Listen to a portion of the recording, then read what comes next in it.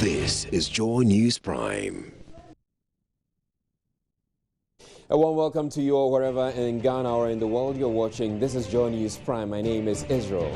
Coming up, Labour Ministry makes a last-minute attempt to avert a judicial service workers' strike, which could bring the country's justice system to its knees should it come off tomorrow.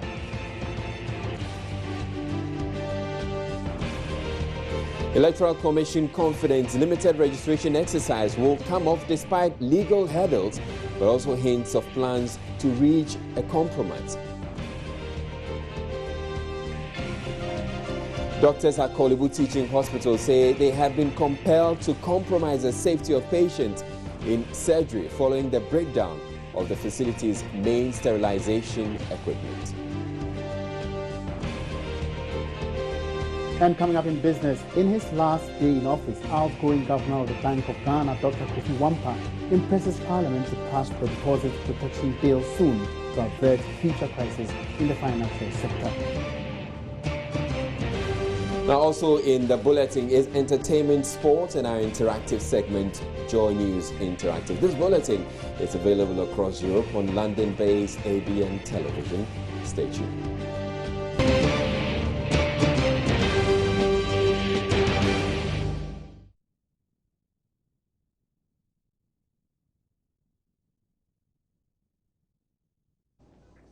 The breakdown of critical equipment at the Korle Bu Teaching Hospital has compelled doctors to use a disinfectant to sterilize the equipment with serious safety implications. The equipment, known as the autoclave and housed at the Central Sterilization Services Department of the hospital, is said to have broken down about 2 weeks ago. Though doctors say the Parasafe disinfectant does not thoroughly sterilize the equipment before surgery, it is the best alternative under the circumstances. Joy News sources tell Kwete Nate the alarming situation has forced some departments to cancel surgeries so as not to place the lives of patients at risk of infection.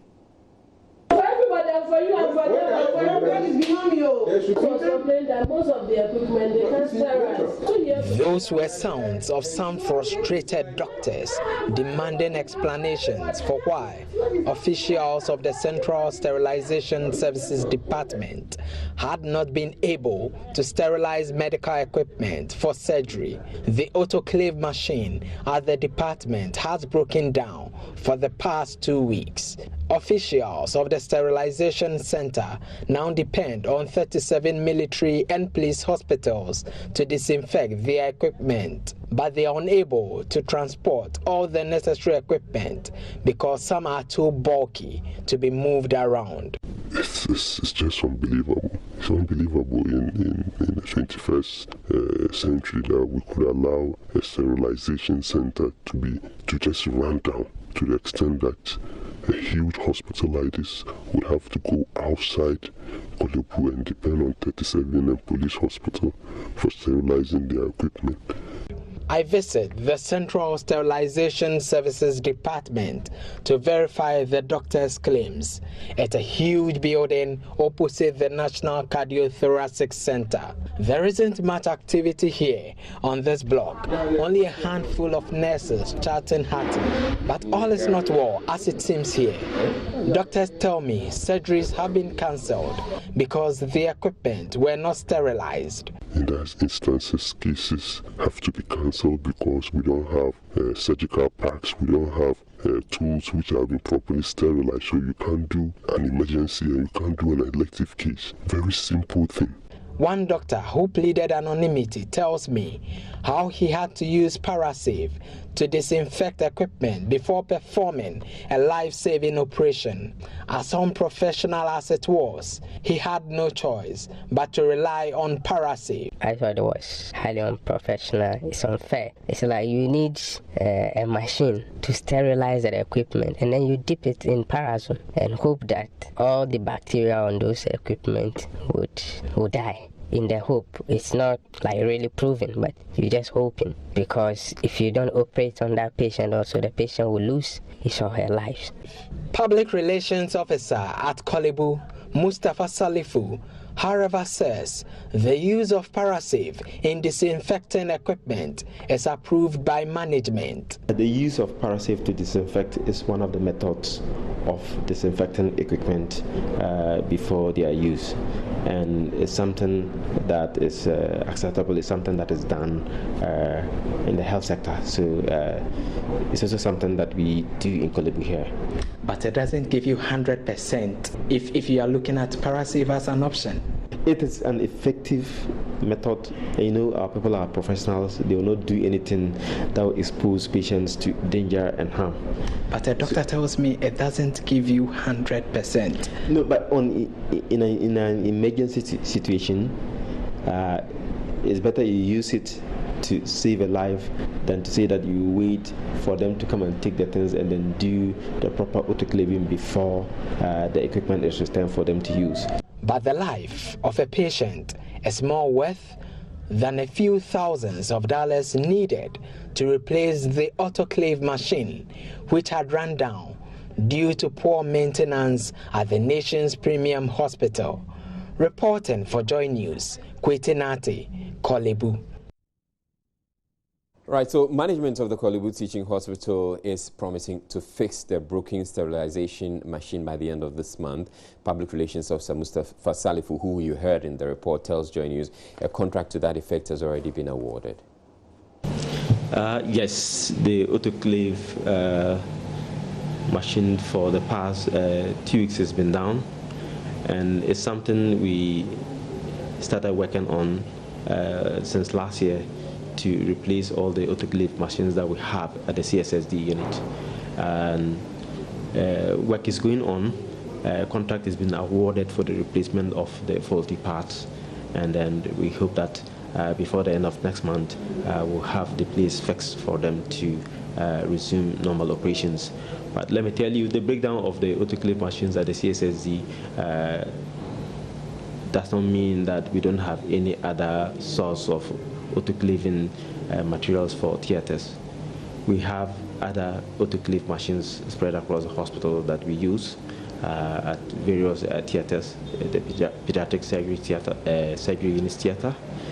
Also have the first floor theater where we have another autoclave, despite the fact that the capacity there is not as huge as the main CSS unit. But they are helping. But sometimes when there's a need, we also fall on other sister hospitals within the metropolis to help us to autoclave materials for the CSSD unit. Let me point out clearly that the breakdown of the autoclaves at CSSD unit has not affected surgery. It has not caused us to scale down our operations in the theaters. So we are making sure that we do the necessary backup so that work is not affected. Okay. We know that you are dependent on 37 and police hospitals for sterilizing some of your equipment. What are we looking at here? Because you are just telling me that you have other autoclaves machines in this facility where you are running this sterilization. So I depend on 37 and police hospitals. No, I think you didn't get me. I said we have other autoclave machines in the hospital that we use, but if there's a need for us to do additional autoclaving, we fall on sister hospital within the metropolis to help us.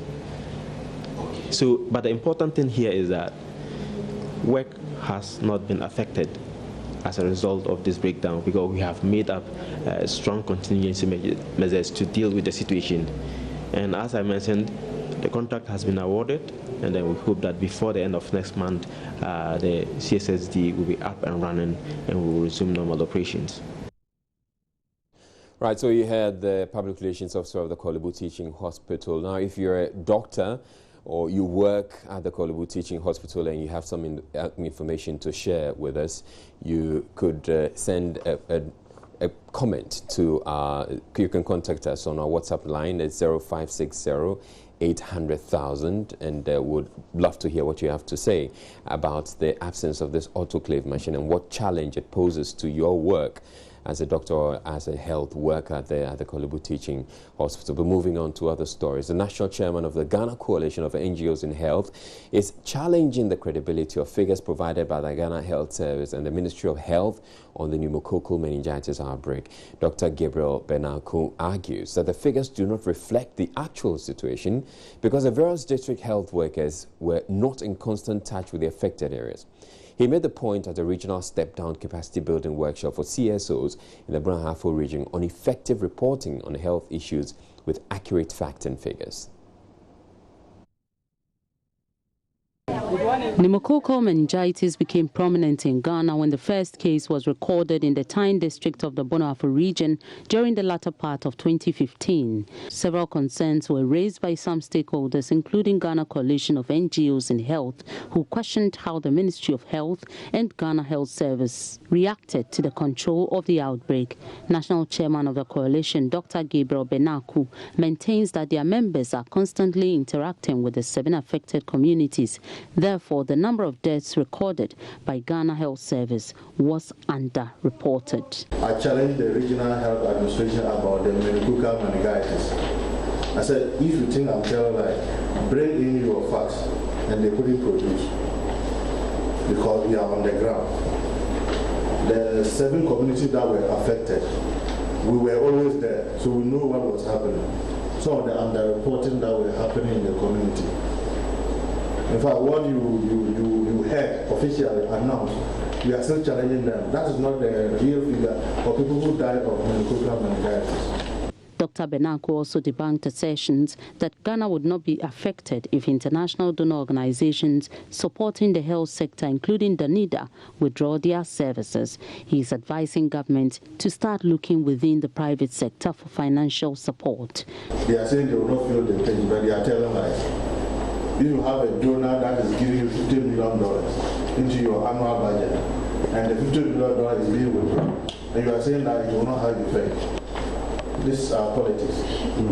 The fact of the matter is that we already have a challenge in our national budget. And so if another money is going out, it means that there's something wrong. And I've been talking about the government of Ghana need to look within the private sector in Ghana. We have money that they can finance our health facilities. Dr. Benaku further charged members of the coalition and other NGOs in the Brahafo region to stop praying for projects and become more practical in looking for those projects. Nesta Kafuya Jomes report. You're watching Joy News Prime. We're taking a break at this point, but we have more stories coming up after that. Please stay tuned.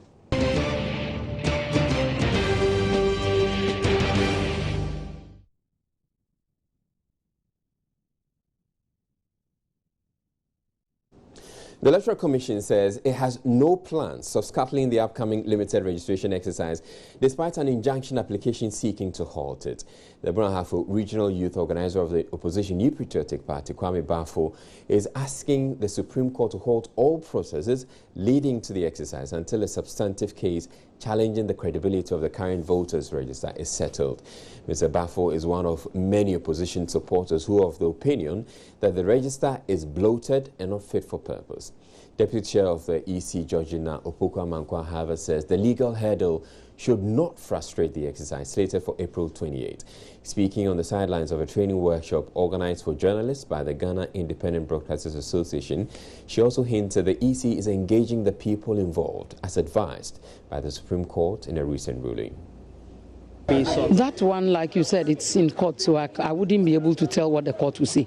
But for us, everything is on course.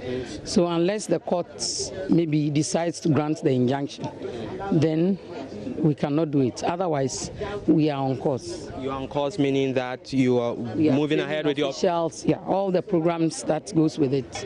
Officials are being trained. Right now, we are training the key trainers. We will move on to the trainers, and then we will come to the actual registration officials and what have you. So on the 28th of April, between 28th of April and 8th May, that's when we are doing the limited registration. Yes, and we work with processes. For instance, if you are going to do limited registration, the law requires you to give a notice of it within a period. So if you don't give that notice, And fortunately, the good of it is that this injunction even came after the notice had been given.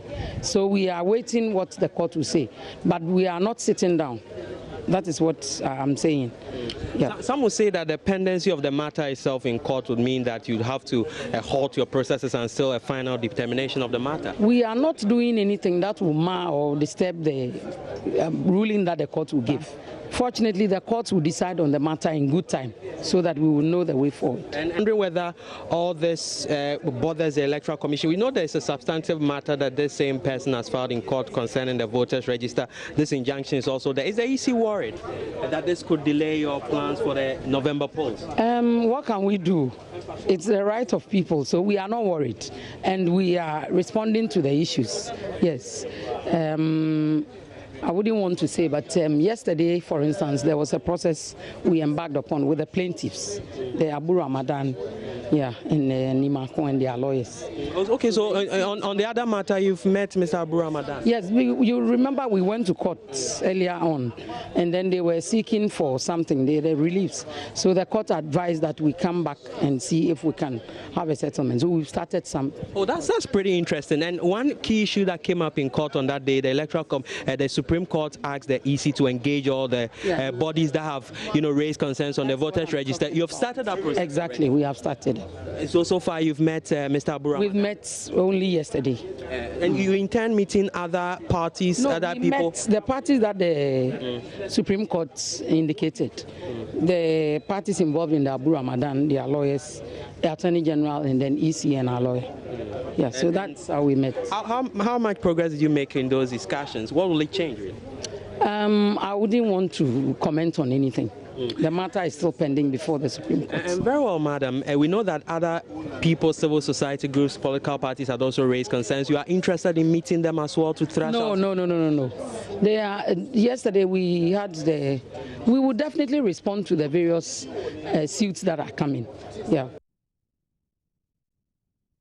Now, the petitioner, Kwame Boafo, meanwhile, says he would refrain from commenting on the issue until the matter is decided by the court. For me, I've followed the processes. The injunction have been served on them. I've not been served with the affidavit or their response. So I'm waiting to appear before the court on the 5th of April. So I don't want to be arguing with them here and there. So far as the matter is in court, I will wait and listen to what the court will do. I know that we have judges, they will rule on the matter, the injunction application and other issues. At the moment, they have not even filed their statement of defense and so on. So I know that at the moment, the injunction has been served on them, and text today reviews that they have been served. So let's wait until the 6th of April, Wednesday coming. I don't want to be talking so much. Another interested party in the case, former PNC National Youth Organizer Abu Ramadan, says it is important for the EC to implement the recommendation of the court and Justice VCRAC CRAP Committee to clean up the register. The point of the meeting was supposed to, first and foremost, to lay out at least modalities or understanding between us and the Electoral Commission as to, in the mind of the court, they felt that validation could help. But if there's a possibility of validation, what is it that we would want done in the validation so that we can come to an agreement? But yesterday was an exercise of the commission telling us what they as a commission have intended to do. And by virtue of that telling us that they don't accept some portions of our suggestions with regards to the validation process. You see, what we are asking the court simply is that we should look at how best we could clean the register, because we have people who have used health insurance, people who have used who are dead, people who are not non-Ghanaians. We have minors on the register. Generally, the register is bloated, and for that matter, to clean the register, let each and every voter come through a process we call the validation. And this validation process was even suggested mainly by the committee, the VCRAC CRAP Committee. So we are saying that suggestion is worth undertaking to clean the register, to make it credible, so that we can have a free, fair, transparent general election. Now, having threatened for a while now, judicial service workers on Thursday finally put their words into action by declaring a strike from Friday. President of the association, Alex Nate, at a media briefing on Thursday morning, said government has not been fair with negotiations to review salaries and consolidation of allowances into their salaries. National Executive Council, NEC of JUSAC, has decided as follows: that government's letter to the Honorable Lady Chief Justice is just an attempt to delay the implementation of the approved salaries. And we don't agree.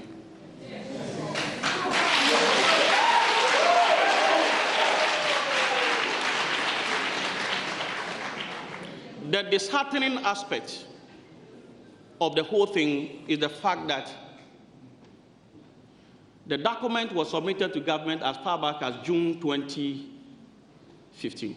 Government acknowledged receipt of the document in July. Between that period and now, we thought that if government was minded of listening to us, that the National Executive Council, NEC, directs the immediate withdrawal of services by all staff of the Judicial Service from 1st April 2016.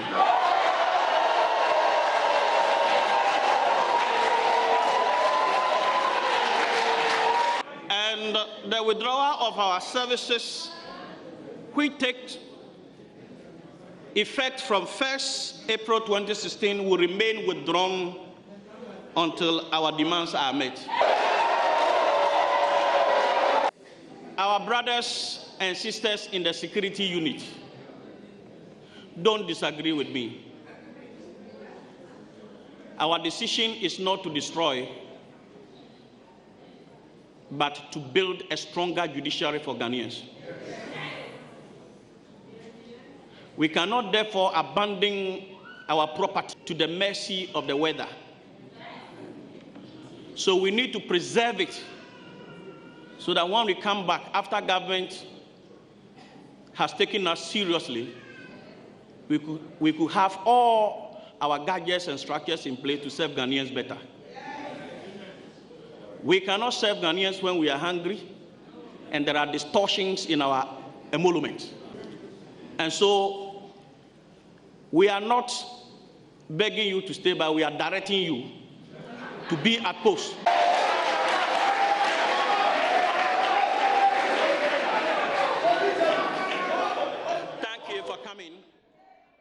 Now, the Labour and Employment the Employment and Labour Relations Minister, Harry Idrisu, however, says government is making all efforts to avert the strike and talks about negotiations that are taking place right as we speak. The administration of justice and the wheels of justice running pursuant to the rule of law is a critical governance issue for the protection of life and property and for sanity in our society, and therefore government is committed to addressing the concerns of judicial service staff. I am aware that the President, by letter dated 16th March, requested the composition of a committee to be chaired by the Minister of Finance or his rep, with a representative of a Superior Court judge, the Fair Wages and Salaries Commission, the Office of the Attorney General, and the Minister of Employment to commence negotiations on the conditions of service for judicial service workers, which requires a review consistent with the single spine pay policy and to avoid distortions.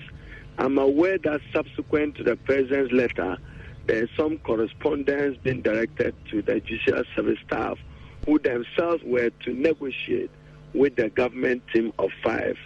And in my view, their action, if they receive that letter, will be a moot action. You're watching Joy News Prime. We're taking a break, after which we'll bring you business, but still to come in the bulletin. The Ashanti Regional Minister has confirmed to Joy News that thousands of cattle are being moved from the Agogo area towards the northern part of the country. The West African Network for Peace Building, however, wants the issue about the Fulani herdsmen to be looked at differently. We'll hear what he has to say as well. Please stay tuned.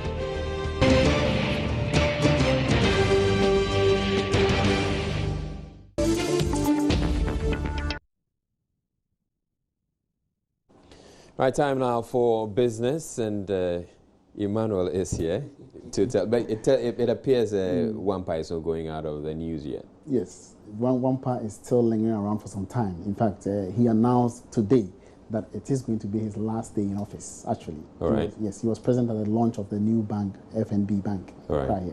Okay, you take it away, please. All right, so outgoing governor of the Bank of Ghana, Dr. Henry Wampa, is impressing on Parliament the need to pass the Deposit Protection Bill by May when the House resumes sitting. He made a statement in his last official address today at the official launch of First National Bank. The outgoing governor of the Bank of Ghana, Dr. Kofi Wampa, described the Deposit Protection Bill as critical for strengthening regulation in the financial sector. The bill is also expected to avert in the future crises such as the recent one in the microfinance sector. The outgoing governor was speaking today at the official launch of First National Bank. He first confirmed today as his last day in office. Today is my last day in office, and I'm glad to be part of this. And let me use the opportunity to thank all the sector, the financial sector, all those in the financial sector for the cooperation you've given me during my tenure. These bills have gone through the second reading in Parliament, and it is our expectation that they will be considered and passed upon resumption of Parliament in May. The bills, when passed into acts, will introduce measures to help strengthen corporate governance practices and penalty administration, provide clear procedures for problem banks resolution, and deal with unlicensed institutions, and improve risk management systems in the banking sector. It is our expectation that these regulatory reforms will help strengthen the financial sector to ensure its safety and soundness. The chief executive and regional head of the First National Bank, Michael Labi, also revealed at the official launch the bank would focus on supporting small and medium enterprises. In markets that we've operated in, we've spent time to come to appreciate and understand SMEs. We're patient with them. We like to go on a journey with them. We like to corporatize themselves so they can keep good financials and almost. So we want to build that journey with SMEs. So we want to get to know them. And I think it is a core of the economy, and for us to be a successful bank in this economy is going to be key to our activities. And we believe that with a combination of technology, mobile banking, digital banking, and good interaction with them, we can make a difference in the way they approach. Now, moving on, more jobs are expected to be created in the mining sector as Goldfields Ghana has indicated plans to invest more in its Damai mines. The mining firm says the investment would see it expand its operations at the mine, but details would be made available by the middle of the year. The Group Chief Executive Officer of Goldfields, Nick Olan, says this has primarily been triggered by government's decision to grant the company a stability agreement which would see it pay a fixed tax and royalty rate for the next 10 years. Have been looking at different options for Damang, which is the smaller of the two mines in Ghana. So we are working through different options, but certainly I think the development agreement gives us a very good platform for us to consider further investment into Damang for the future. And certainly we're working hard to evaluate the best way for us to create value in Damang for all of the stakeholders and what sort of future profile, production profile we can expect to see out of Damang. And I would hope that we would be able to give some news on what we intend to do at Damang by around about the middle of the year is what we're hoping to do. And look, the early indications are reasonably positive, that I think we can create something good for the country here. That's what we're looking to do. Depending on what happened to Damang, there were a couple of thousand people who could be affected. Some of them are workers, some of them are contractors. So clearly I think with this decision that's come down and with this agreement that we've concluded, it puts us in a good spot now where we can protect jobs and also where we can potentially create jobs. So I think it certainly takes the immediate risk of that kind of issue off the table and puts us in a position where I think we can get a positive outcome for all of the stakeholders. Now, Ghana Gas Company would soon officially become a subsidiary of the Ghana National Petroleum Corporation, GNPC. This is because GNPC's takeover process of Ghana Gas, initiated over a year ago, is almost complete. The takeover was engulfed in controversy, compelling the board chairman of the Ghana Gas, Dr. Kwesi Botwi, to issue a statement to reject claims that the process had been completed. Petroleum Minister Emmanuel tells Joy Business the legal process is being finalized to complete the takeover, which will enable both institutions effectively contribute to growth of the economy. Yes, the process is almost complete. As you can see, one of the processes is to make sure that, for example, the CEO of GNPC is a board member now of Ghana Gas, and there are some, you are the lawyers, I'm not. There are some legal processes that needs to be done. I mean, they are almost there, but it's all paperwork to basically where we can comfortably say that it is all complete. It is not complete yet, and those processes are ongoing. But basically, I think the two companies are working together with that in mind, that they are one company. And the reason is very simple. GNPC by law is the company that is interfacing in buying all the gas that is being produced offshore. Ghana Gas is the one processing all the gas. Now, do we want GNPC to negotiate one gas sales agreement, get Ghana Gas to negotiate another gas, and create some weak link in the process? No. These are companies who believe that Ghana Gas, for example, can benefit with a strong balance sheet of GNPC as we go forward.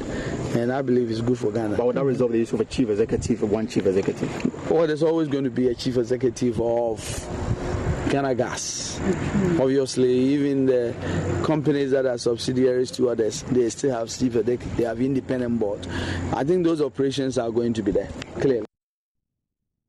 Meanwhile, Head of Policy of the Africa Center for Energy Policy, ACEP, Dr. Ishmael Aka, is upbeat the integration of Ghana Gas and GNPC would harmonize the exploitation of gas in the country by providing a common interface for business negotiations between the national oil company and other gas off-takers. Speaking on the marketplace on Joy News, Dr. Aka, however, cautioned that if Ghana Gas is not treated as a business entity but a national asset, it may bring some challenges in the future.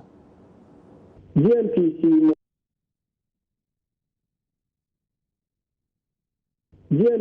more like take custody of the gas we have on behalf of Ghana. They represent us gas and for gas and oil.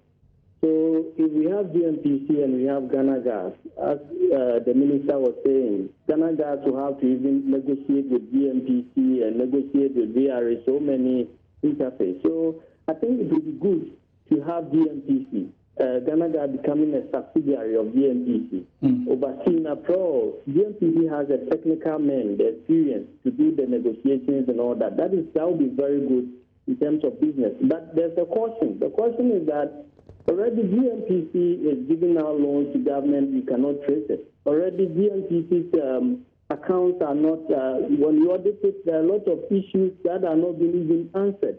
So we bring Ghana Gas on board. And since GNPC is giving the government monies and GNPC is not retrieving, Ghana Gas may be supplying gas to VRA and other government agencies free of charge, and that may, in the long term, may mean that Ghana Gas may not have much. GNPC will have to use the little they get from oil to subsidize Ghana Gas. So the arrangement is good, but I think that we should treat GNPC or Ghana Gas as a business entity instead of a social entity, if not that it will bring challenges in the future. GNPC is not necessarily going to take care of Ghana Gas. GNPC is just going to manage Ghana Gas as a subsidiary. Now, away from that, companies can now access a system to clean up their payroll and ensure that workers are not unduly paid multiple times. This follows a biosearch technology now made available to the Ghana Interbank Payment and Settlement Systems GIPS. The technology is presently linked to the ease-wage system to weed out ghost names and impersonation in salary processing. The National Service Secretariat and other public institutions have so far utilized it to clean up their payroll. Here's the CEO of GIPS, Archie Hesse, explaining how other institutions can also take advantage of the system. If there's an issue with an individual and you give us the e-switch card number, we'll be able to retrieve the associated fingerprint attached to that particular number. And then we can do a search, a biometric search, and find out which other account this particular individual also holds in the system. And we are able to uniquely identify anybody in that regard. It can also be used to weed out duplications in the system. And we would encourage all industries to actually issue biometric financial cards, which is the e-switch card, to all their employees. And in so doing, you can have subsections where you can uniquely identify individuals within a Archie Hesse is the Chief Executive of the Ghana Interbank Payment and Settlement Systems, GIPS. And on that note, we wrap up tonight's edition of the business segment. Thanks for your company. My name is Emmanuel Abuaji. Good evening.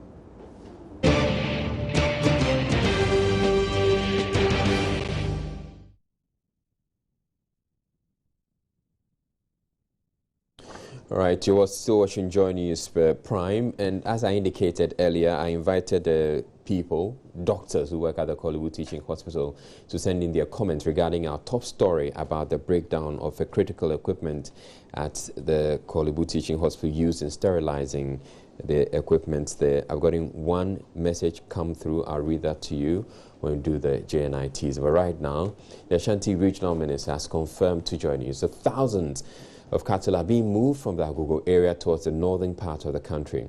The movement follows a March 31 deadline issued to all herdsmen to exit the community with their cattle by the Agogo youth. The Regional Minister, Alexander Akon, has been explaining the latest development to Joy News. About the court decision and not the ultimatum by the chief. Because in terms of legal interpretation, we'll use the court one to do it. But we are collective in the resolution. Now, with the implementation, we are only refusing to talk because we want to go to the full haul of solving the problem. As I speak to you, there's massive movement of cattle from the Agogo area towards the north. In fact, in thousands, they are moving away. But we are experiencing what is called reprisal attacks from the Fulanis because they have also been attacked, their cattle. And that's why we have military and police presence, city presence to quell that particular movement. Because we never anticipated that was going to happen as a reprisal attack, and that's what is happening. But something else has happened because we've always maintained that it's a national situation. So when you saw the prevention from the Ivory Coast side, it implied that it has been taken aside by the national security, so that will prevent it from the source. When there was a sort of declaration about attack, the cattle have been attacked in Nomadic. Okay. And then there have been reprisals, and they're also replying, and that's what we want to be on top of. But in terms of movement, we are getting appreciable movement of the cattle from the area. Now, the West African Network for Peace Building has meanwhile criticized the current confrontational approach being used to tackle the issue of nomadic herdsmen whose activities are creating chaos in some communities in the country. The criticism comes as the deadline giving alien herdsmen at Agogo in the Ashanti region to relocate expires on March 31, which is today. A joint police-military team codenamed Operation Cowleg has also been working to flush out the nomadic herdsmen accused of various atrocities. Executive Director of WANEP, Chukwe Emeka Eze, however, believes dialogue rather than force could be used to resolve the seeming mistrust for the herdsmen. Speaking on the sidelines of an ongoing training of some media practitioners in Africa on conflict and peace building reporting, WANEP's executive director suggested the herdsmen be drafted into security arrangements for the area and called for collaboration between the various West African states on how to tackle the challenge. The language of flush in itself is negative in conflict management. And those who are making the statement about flush knows that these are not people that you can easily flush. So what we do is not to ban. What we do is to regulate their movement. The only way to regulate their movement is that you create communities for them in form of ranches and water points. And within those communities, you create leadership. So if nomads from Nigeria is coming to Ghana, let them have a destination. Which community are they going to? When they come to Ghana, let the Ghana government tax them. That way, the state is not losing for creating those ranches, and you can now maintain the ranches. But beyond that, you now have even leadership within those ranches called communities now. By engaging those leadership, they are able to identify the illegal ones. But I think what is the fear of the state is, how can we create ranches and water points and we have limited resources? West Africa should come together and have countries that are ready to offer these ranches and make money out of it. The training program itself encouraged journalists to do more research work on conflict-related stories rather than wading into controversies that are likely to trigger violence. If there's a conflict in a particular area, if you don't understand the nature of that conflict, you don't understand the background, you don't understand the topology of that conflict, you might not be able to make informed analysis for your listeners or for your viewers to understand. These dynamics come to play. You will be able, at the end of the day, you will understand the nature of conflicts, you will understand the topology of conflict, you understand who are the actors involved in conflicts, and at the end of the day, you know the effects, you'll be able to culminate with the effects. And in making your analysis in any conflict situation, whether it's Fulani herdsmen conflict, whether it's a civil conflict, whether it is an ethnic conflict, or whether it is a land conflict, you'll be able to come up with informed analysis so far as these issues are concerned.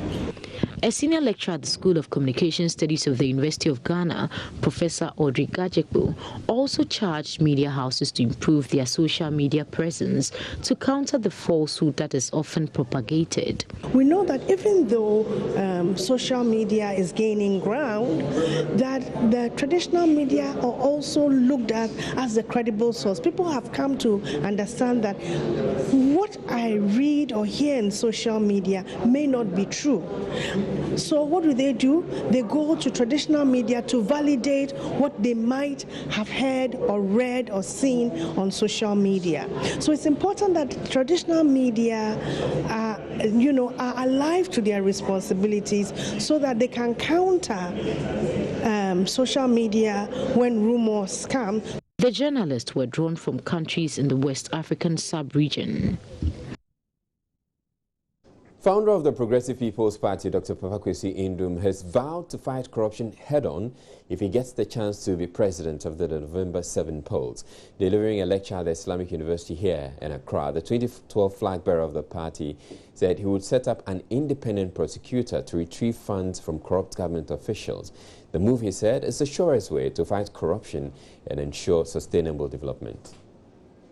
If by some chance this man, Papa Kwesi Indum, becomes president of the Republic of Ghana come January 2017, one of the first things,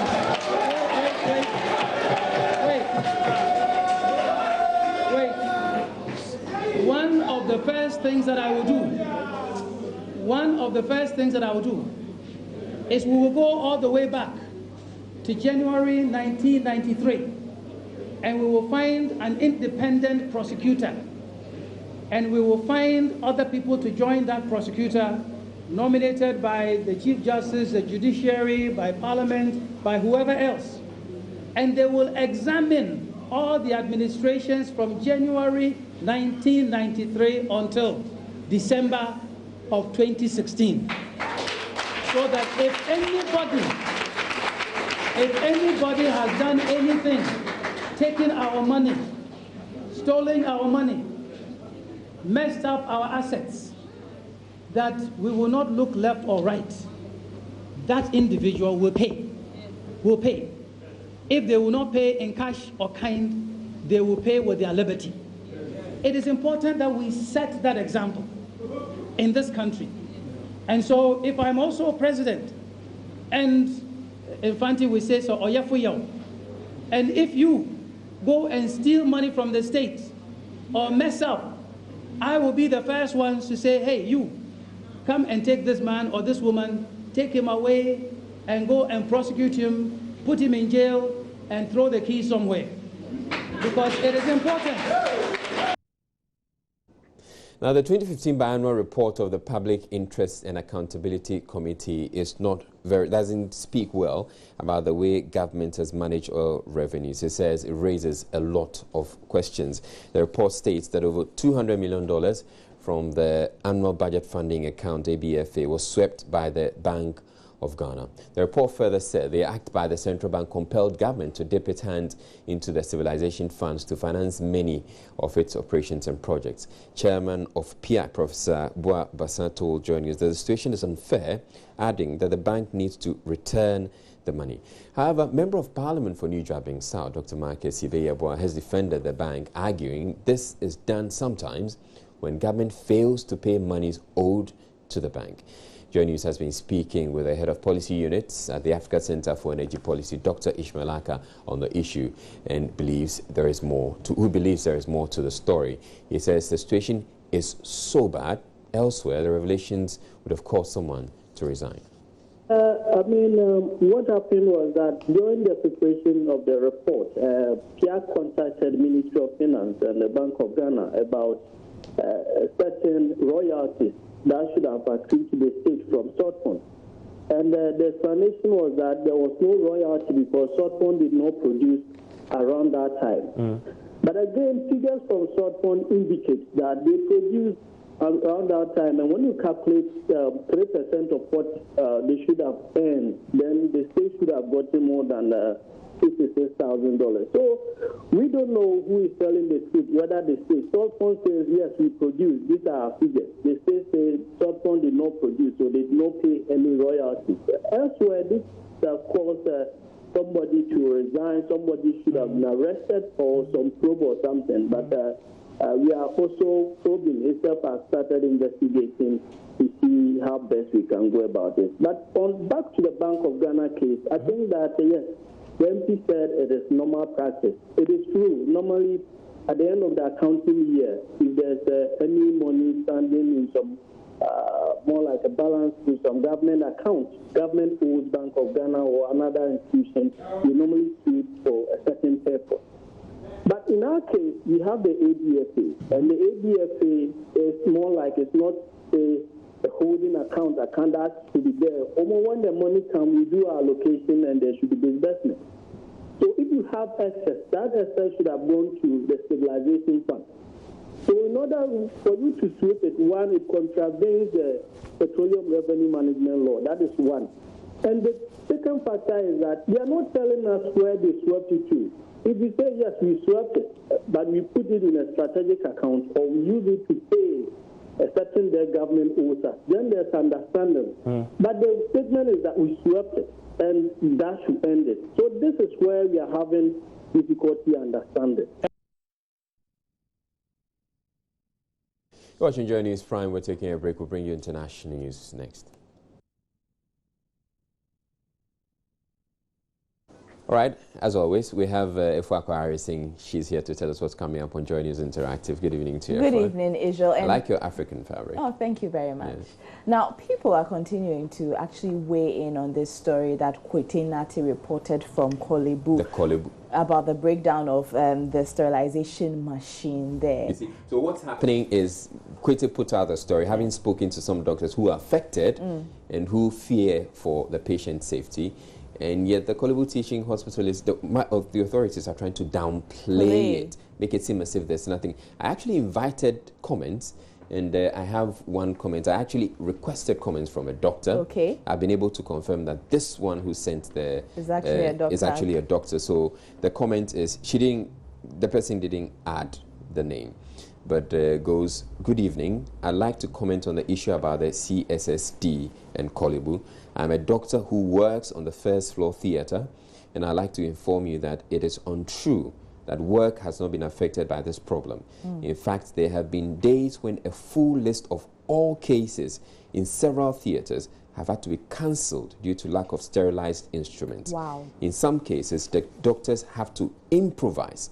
This issue must be treated as an emergency, and the services restored for patients deserve the best and nothing else. Wow, so it's not a little issue at all. It's not. It's pretty big. It's not. So we'll be taking comments on that. Right. And then our most trending story on our social media page today, though, is the story of more than 100,000 teenage girls pregnant in Ghana every year. We've been asking if there's any solution to this growing problem. I believe it's the word of God. Show the child the way he should go. I think basically parents should have open discussions with their children. And we take you to South Africa, where their president, Jacob Zuma, has been asked to pay up monies he used to renovate his rather lavish private property. Ever since I've been born, from Nkrumah time maybe, but for now, the crop of leaders we are having, I don't think, or maybe in future, but for now, I doubt it. Ghanaians we know how to talk a lot, but getting things done is very difficult. As well, that's what's coming up on the interactive segment, Israel. Right, thank you very much, Efwa. So you just have to make a date for all that. The interactive segment comes up in about half an hour, but we also have entertainment and sports, the popular entertainment segment with Miss G, the very popular Miss G. We have that coming up in the second hour. Please stay tuned.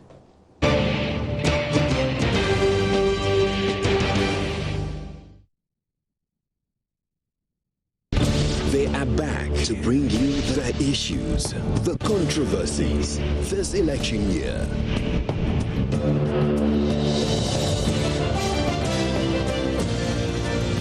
It's Caucus on the Joy News channel on Multi TV every week.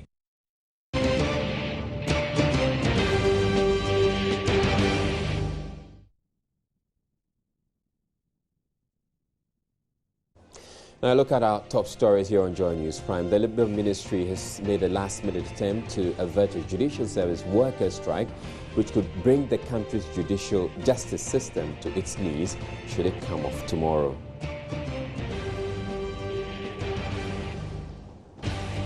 The Electoral Commission is confident the limited registration exercise will come off despite legal hurdles, but also hinted of plans to reach a compromise with the stakeholders.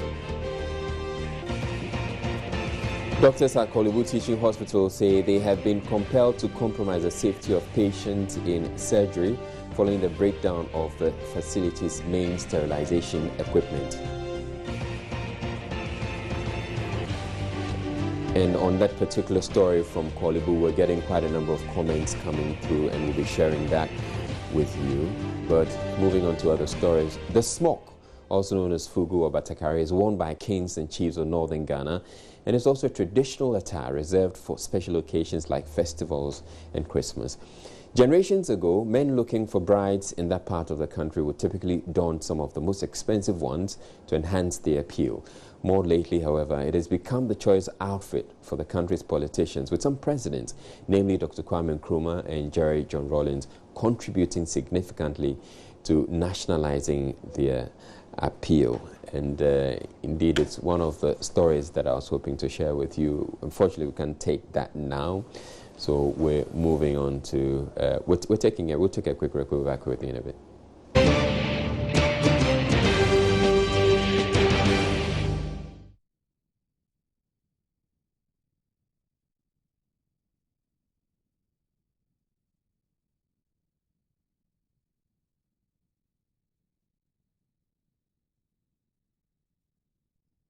Right, so somehow we can pull up the Batakari story, but we have an equally good story coming from that part of the country. Now, Peto is a locally brewed alcoholic beverage popular in the northern part of Ghana. It is made from guinea corn. Though there is the option of alcoholic drinks such as beer, many prefer Peto, which they claim has some health benefits. Upper East Regional Correspondent Albert Sori tastes and reports on the popular locally brewed beverage, Peto. Drops of a yellow watery substance falling from a hanging cane basket into a basin below. The basket contains a moist brown substance, guinea corn flour. It is morning now in the house of Cynthia Ananga, a popular Peto brewer here in Navrongo. By afternoon, this yellow liquid in the basin will turn a reddish-brown color.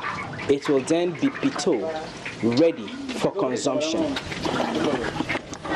Cynthia has to expose herself to the heat of her big fireplace for several hours every day just to brew this traditional alcoholic beverage.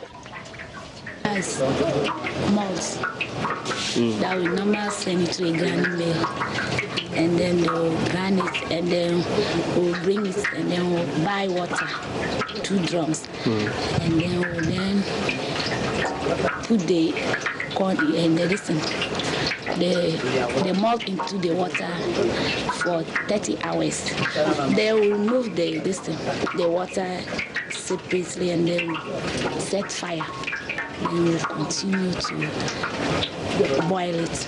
And then when we finish, we'll add it together. The next morning, when you get up, we'll continue.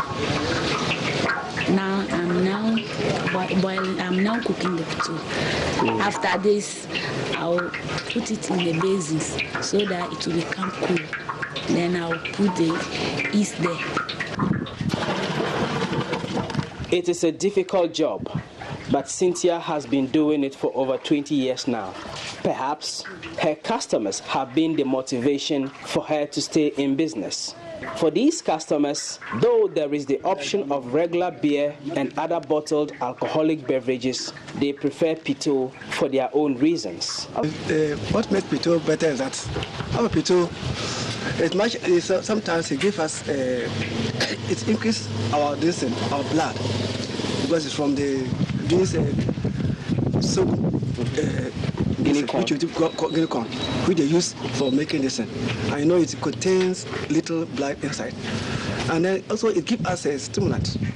You see, but for the beer, I've been taking beer, but only for beer is just gives you sometimes other this appetite or no this. That's all of the beer. Appetite is say hot, and you go and take hot thing again against the sun. So you see it will not work. So they will say, oh, drink water. Okay. So that's why you drink it? Yeah. Are there any benefits you get from it? The more I drink too, the more I feel like sleeping. But that means if you are drinking it, then you won't work. Will you be working? I'll work. But you sleep after drinking it? No, I will not sleep. If I'm going to work, I will not drink. After work, I'll drink it too. If you say 9 itself, around 8 going to 9, I'll drink.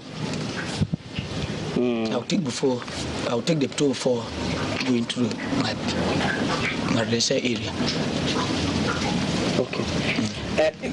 Compared to beer and other drinks, what do you think? I don't take beer. I don't take apatashi. That's my best drink too. If you want to see me once, then I'll go and take beer. That's all. Others like the Peto when it is not fermented. Because if I drink it, I get many things in it. Like many things such as?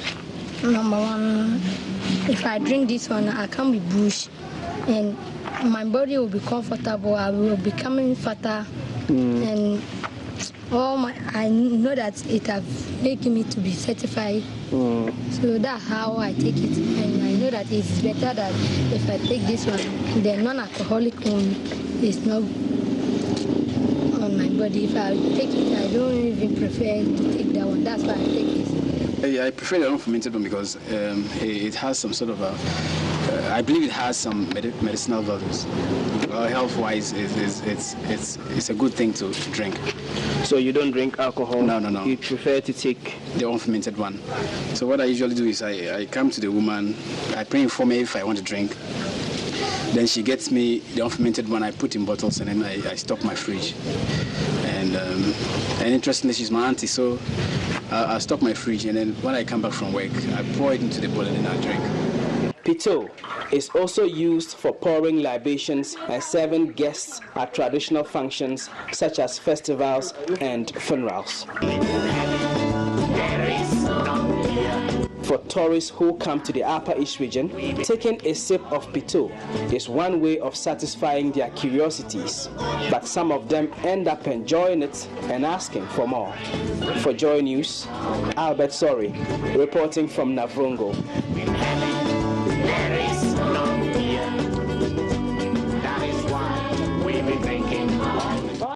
I think if the Peto Drinkers Association is looking for executives, they know where to find them. Albert Sorry could pass for one of them.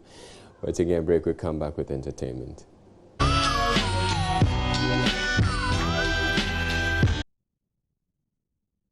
All right, time now for entertainment, and Ms. Jace, yeah? Good evening to you. Good evening, Israel. How are you doing? I'm good. Okay, so I told everybody I've seen today and everybody I get to work with today that I'm excited that match is over.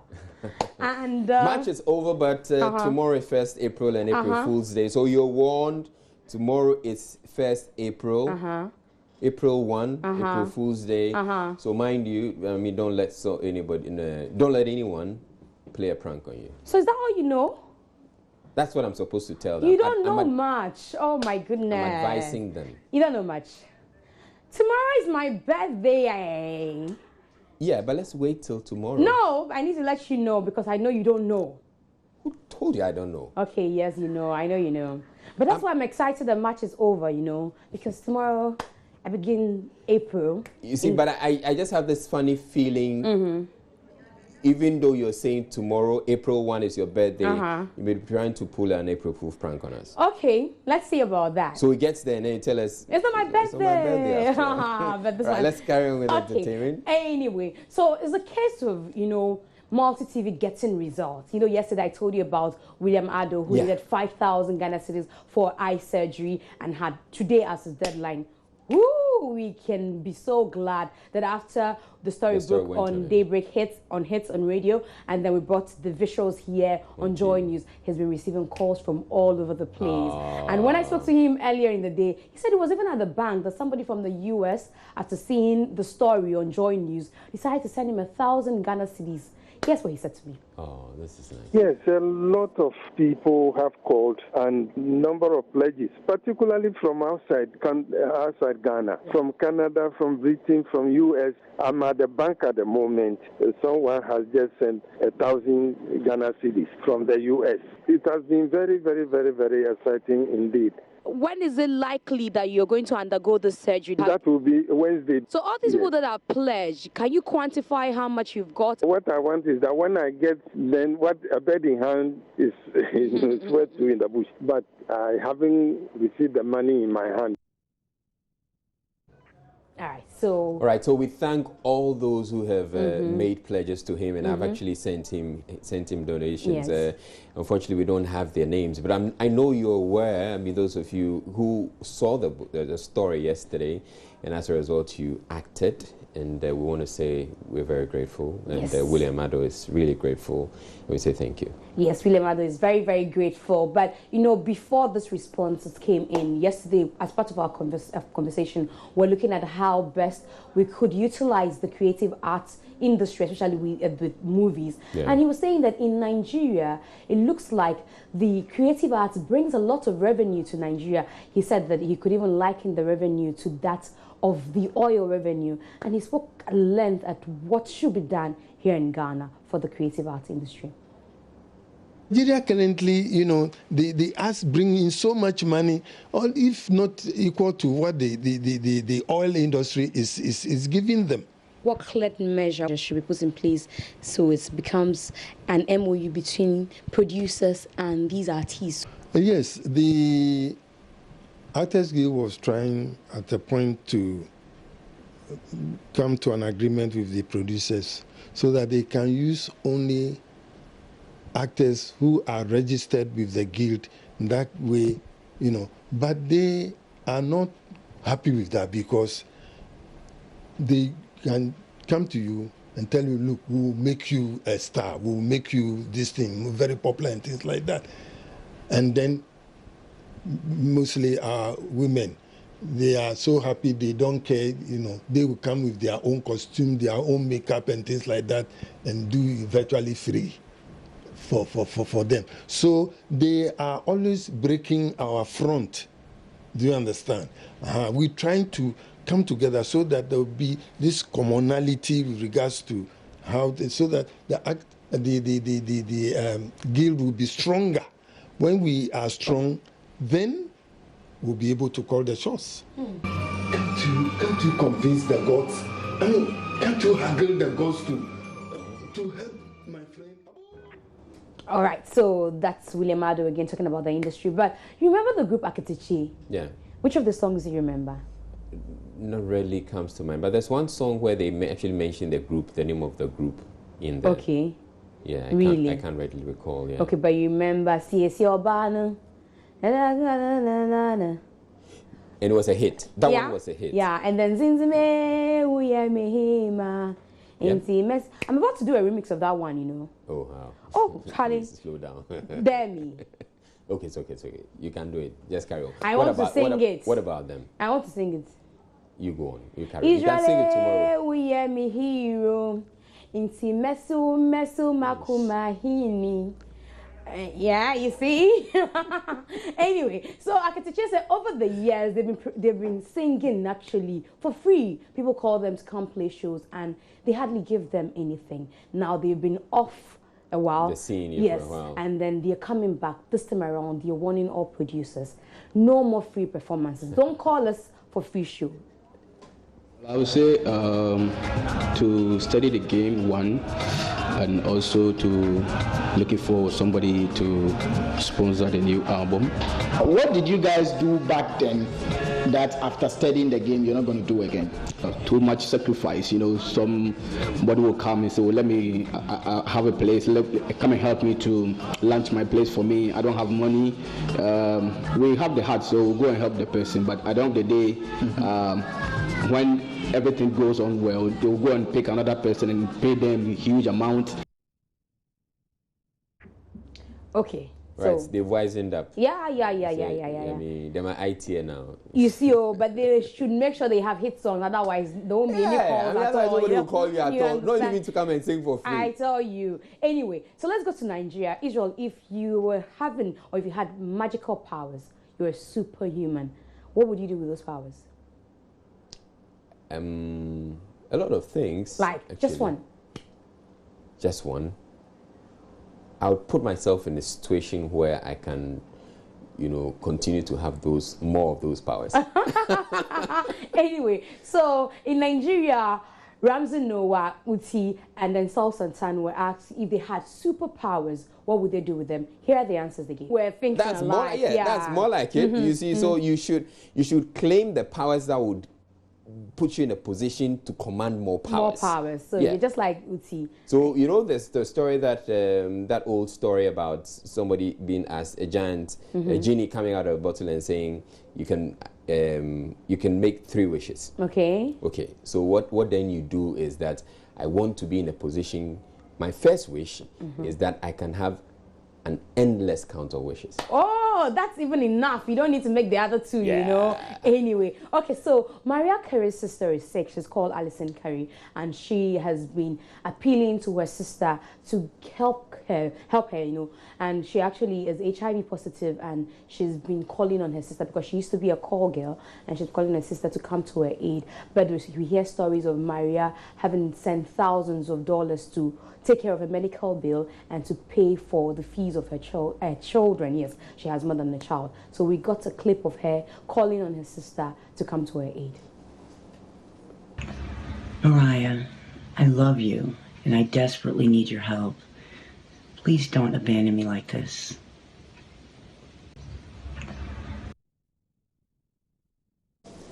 So is it the case that she's refused to help her? That's why she's had to make it public? Well, it looks like she's helped her in time past, and it looks like she's tired. There's a limit to which everyone can go, and so maybe. Yeah, but she has a lot of money. Well, she does have money, but she has other things to take care of, because like I said to you, she's your sister.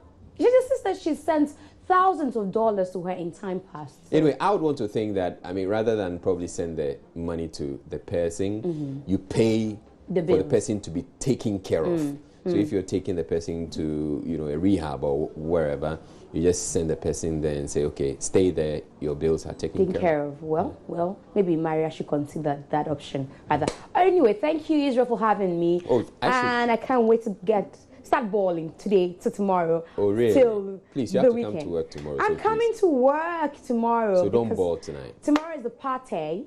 Oh, yeah, and there's a... You know, I keep on getting messages for you, and I'm wondering why the people actually send the messages to me. Please, she has a face, she's on social media, she's on Facebook, she's on Instagram, and she's on Twitter. Send the messages directly to her. There's one coming from Abraham Lauer to you. Okay, I thought it was a grandmother. She says she loves you. Okay, thank you. Okay, thank you so much, and thank you, Israel. All right, thank you for bringing us entertainment. Up next, we bring you sports with Gary L. Smith.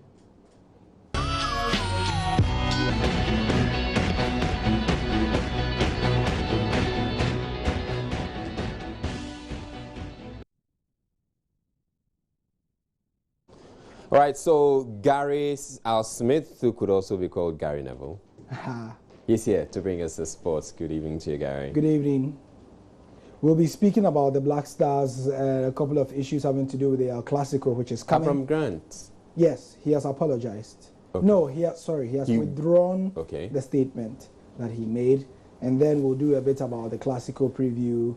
We'll have a live interview about Gary Neville and possibly him getting the Aston Villa job, and a few other things. All right, you take it away. Thanks for joining us on the Sports on Prime. Hi, I'm Gary L. Smith. We begin here in Ghana. Former Black Stars defender Sam Johnson has blasted coach Avram Grant after the man refused to apologize for his comments made after the Black Stars beat Mozambique by 3-1. You recall that Grant used some very unsavory words on Ghanaians. In Ghana, it's like we are trying to lose our culture, or we give our culture away. We have our culture that is, we respect. You know, when you are talking to somebody, you know how to talk to the person. When you say something and you know what you said is not the right thing to do, it's good that he has withdrawn that statement, but it's not enough. Sorry, what is sorry? Sorry is the cheapest thing on this earth is sorry. So if you can't even come out and say, no, I withdraw this thing, I'm sorry for saying this, then the withdrawing is not enough. So all right, so you wanted him to say sorry, or that he apologized. You wanted him to say specifically that is the apology. Withdrawing is not apology. Okay. Withdrawing your statement is not apology. Okay. If you want to apologize. Oh, Charlie, I withdraw saying this. I know. I'm sorry for saying this kind of way. Maybe what I mean is not what you people are thinking. You know, just put something there and just, you know, let go, because that is Ghanaians. As soon as you say sorry, that is that. It's enough. Sorry. What is sorry? If you said sorry, you said it. Maybe you are still standing on your ground. But sorry, just say it and then that's it. But just coming out and say you withdraw what you are saying, that word, you withdraw that word without saying sorry. Sam Johnson speaking to Nathaniel Atto earlier today. To boxing now, and Joseph Agbeko, the former world champion from Ghana, has a very nice set of beautiful daughters, and he has promised his kids another world title before he retires. Don't forget that Joseph will be fighting here in Accra in the much anticipated bout on the 29th of April. I've promised my kids to give them a world title this year, so I'm not going to miss on this promise. I'm going to fulfill it, definitely at all costs. In Spain, we are expecting this installment of the Clasico to be explosive. It's going to be this weekend, and Barca want to make this version a special occasion. Don't forget that the team are currently on an unbelievable streak led by their three-pronged attack of Messi, Neymar, and Suarez. Eyes will be on Valencia as they try to salvage their season. A lot of people feel that the shambles that Gary Neville created, where he won just 10 out of 28 games, means that they can't do it. But for Gary Neville himself, what's going to be his future?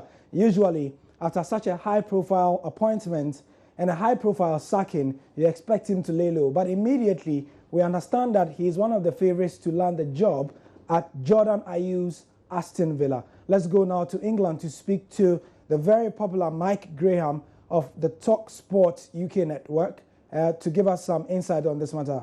Thanks for joining us, Mike.